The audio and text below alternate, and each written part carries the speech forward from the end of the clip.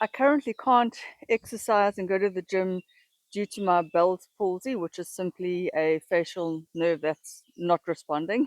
So the whole point is to stay relaxed, stay chilled, reduce any inflammation in the body so that that nerve can come back to life. So I've created a very simple, short, easy, low impact, relaxing little mini home workout that you can do along with this video at home.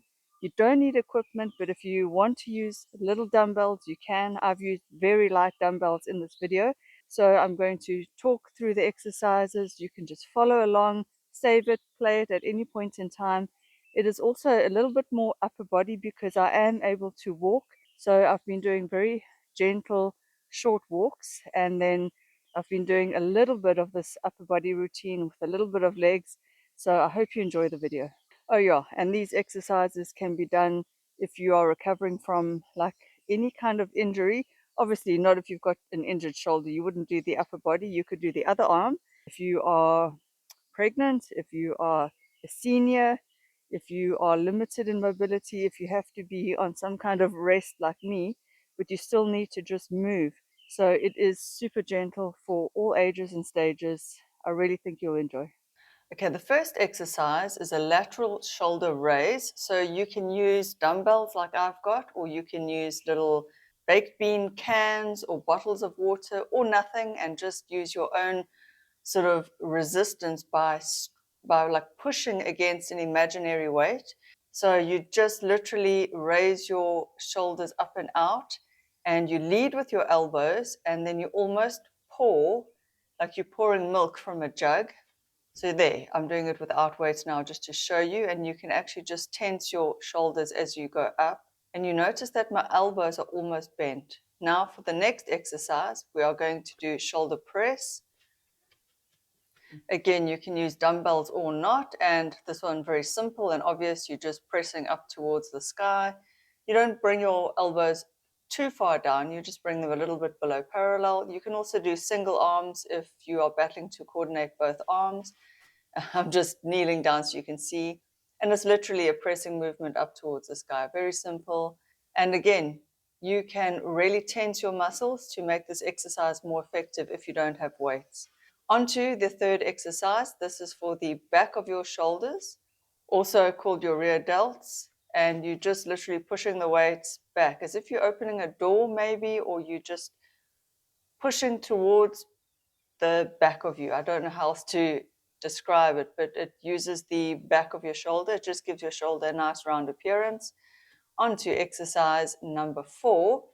We are going to do our back now. So you take the same weights and you just, this is what's called a low row. So you're just rowing with the weights towards the back, and I'm showing you from the front.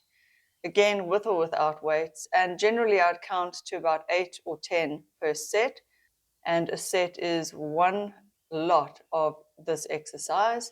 Now we can do triceps. So this is for your triceps, that muscle that you can see flexing there in the back of my arm. This is where we get the old lady bat wings. This exercise is very, very, very good for that. And this muscle doesn't get worked often, so it is good to do it from time to time. Doesn't need a lot of weight, this muscle. It's a small muscle.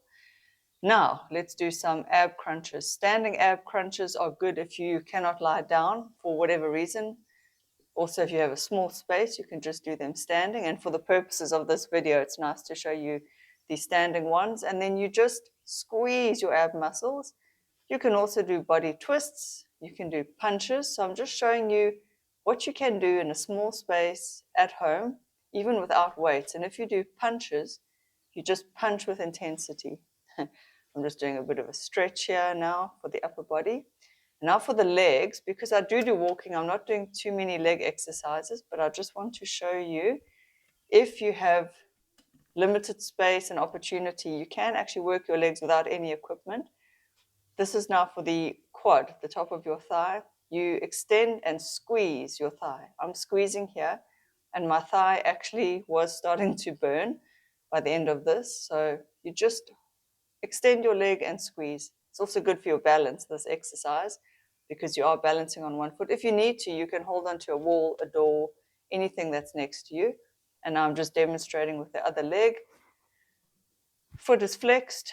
Could point your toes if you want to, but I'm just doing a flexed foot and I'm squeezing my thigh. Squeeze, squeeze, and I'm doing about 8 to 10 on each leg. Now we are moving on to exercising the butt. This is called a donkey kick or a butt kick. Usually I would do this with cables at the gym, where you would use a cable as a weight and attach the cable to an ankle strap. And this works your glute. You can feel it. You see where I'm holding my hand, I can actually feel my glute working. And now onto the other leg there, I can feel the glute working. And again, squeeze your glute as you kick back. So it doesn't look like much, but if you squeeze really hard, you will feel this exercise, even without weight. And counting to about 8 or 10 per side. And now we're going to move on to side leg raises. This also works your glute. It works the upper sort of part of your glute. So your glute muscles actually open up your thighs like that. It's something that you wouldn't just think that it would do, but it does.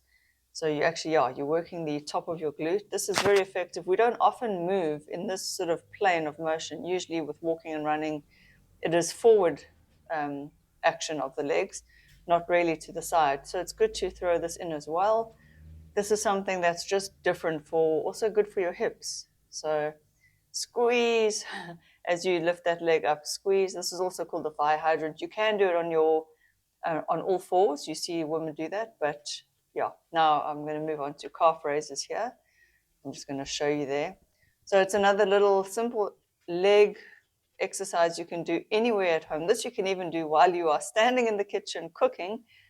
I'm just showing you from the back. There's the calf raises. And very simple, but it's just to get blood flowing and to just get some movement if you are recovering, if you were ill, if you are not able to really exercise too much. And now just body weight squats to end off, just as another idea for you guys to use. Like I say, you can follow along with this whole workout, just do it with me, or write down the exercises and then have that piece of paper somewhere and then just do 8 to 10 reps of each exercise, and then you can go through it as many times as you like, or you just go through it once if that was too challenging and enough for you, and you can build up, do it every day, do it twice a day, whatever suits you.